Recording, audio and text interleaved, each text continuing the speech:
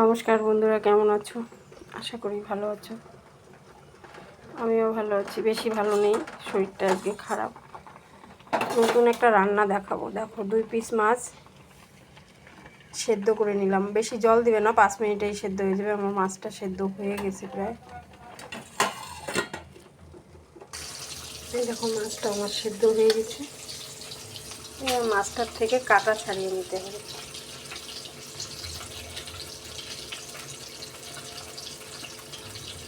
এভাবে করে সব কাঁটা ছাড়িয়ে নেবে। ছাড়িয়ে এই দেখো, আমার সবগুলো মাছের কাঁটা ছাড়ানো হয়ে গেছে। এই যে এতগুলো কাঁটা বেরিয়েছে। একটু সাবধানে ছাড়াবে, হাতে ফুটে না যায়। একটু সময়ের ব্যাপার কাজটা করা। আমার আর কাটা নেই।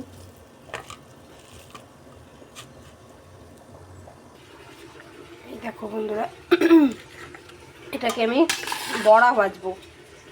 বড়া ভেজে আলুর রসা করব। তো নিয়েছি কি মাছটা তো ছাড়িয়ে নিয়েছি, দেখেছো। কাঁচা লঙ্কা আর পেঁয়াজ কুচি করে নিয়েছি, চালের গুঁড়া, একটা ডিম, একটু আলুও মিলিয়ে দেবো। তো আমি মেখে নেই। আর নুন হলুদ তো লাগবেই, এটা সবাই জানি। দেখো, নুন হলুদ দিয়ে দিয়েছি, সাইডে একটা ডিম ভেঙে দিয়েছি। এটাকে আগে আমি লঙ্কাটাকে সুন্দর করে কষলে নিতে হবে, যাতে ভিতর থেকে ঝালটা বের হয়। ঝাল আমরা বেশি খাই, জানোই আমার সব ভিডিওতে। তো তোমরা তোমাদের যে যেরকম ঝাল খাও সেইভাবে দিয়ে নেবে।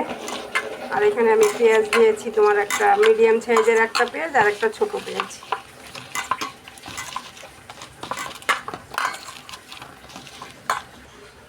দেখো, মাছটা চালের গুঁড়াটা দিয়ে দিলাম। আলু এইটুকু নিয়েছি, একটা মিডিয়াম সাইজের আলুর থেকেও ছোট হবে। মেখে নিয়ে তোমরা এখানে যদি ডিম না দিয়ে করো সেটাও চলবে। তাহলে মাছ যে সেদ্ধ করবে সেই জলটাকে রেখে দেবে, সেই জলটা একটু দিয়ে দিবে। আর এখানে চালের গুঁড়া নিয়েছি আমি 4 চামচের 3 চামচ। এই দেখো, আর বড়াটা করব। আমার তেল গরম হয়ে গেছে।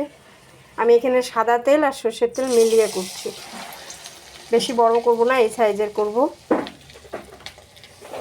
দেখো, এতটুকু নেবে, নিয়ে এভাবে করে দেবে।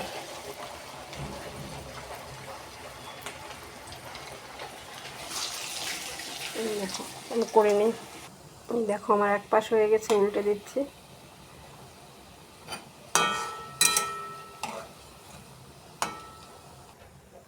এই দেখো, আমার বড়া ভাজা শেষ। তোমরা এটা এমনিও খেতে পারো।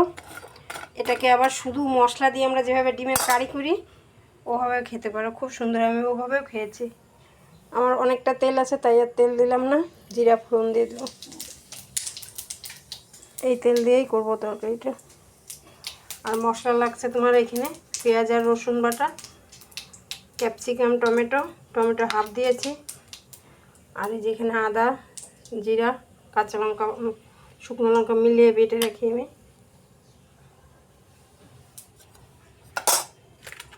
আর এটা হয়ে গেছে, আলুটা ছেড়ে দেবো।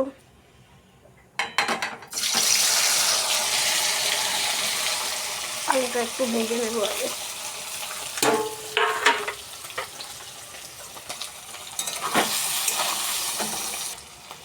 আলুটা আমার হয়ে গেছে। এবার আমি সব মশলাগুলো একবারে ঢেলে দিই।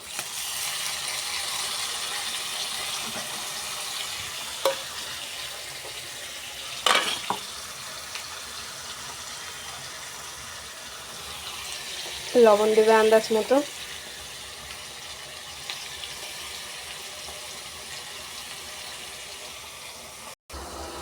হলুদ দিয়ে দেবে, পরিমাণ মতো হলুদ দিয়ে নেবে। আর দেবো না, তো আমি কষিয়ে নিই। একটু জল দিয়েছি, মানে আমি মাছ সেদ্ধ করা জলটা ঢেলে দিয়েছি, তোমাদের দেখাতে ভুলে গেলাম। জলটা আর ফেলে দিলাম না আমি।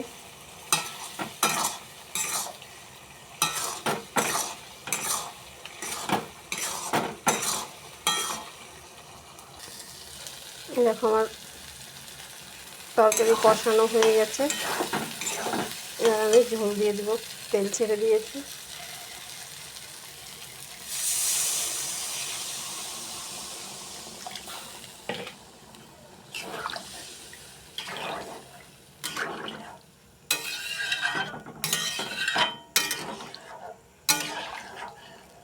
আলুর তরকারি তো সেদ্ধ হলেও একটু ঝোলটা বেশি লাগবে, নাহলে নামানোর পরে আবার টেনে যাবে।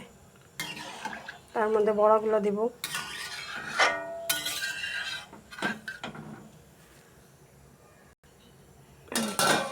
ঢেকে দেব।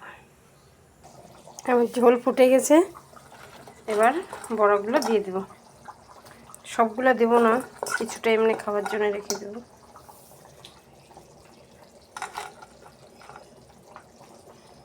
দেখো, এবার একটু গ্যাস কমিয়ে দিয়ে ঢাকা দেবে, যাতে বড়াগুলোর মধ্যে রসটা ঢোকে। এই দেখো, গ্যাস একদম কমানো। নামানোর আগে একটু গরম মশলা দেব।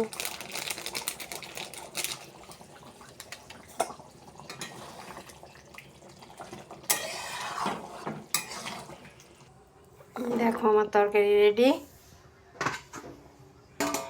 এটা হয়েছে, মাছের বড়া রেখে দিলাম, আর ডিমের কারি হয়েছে, ভাত।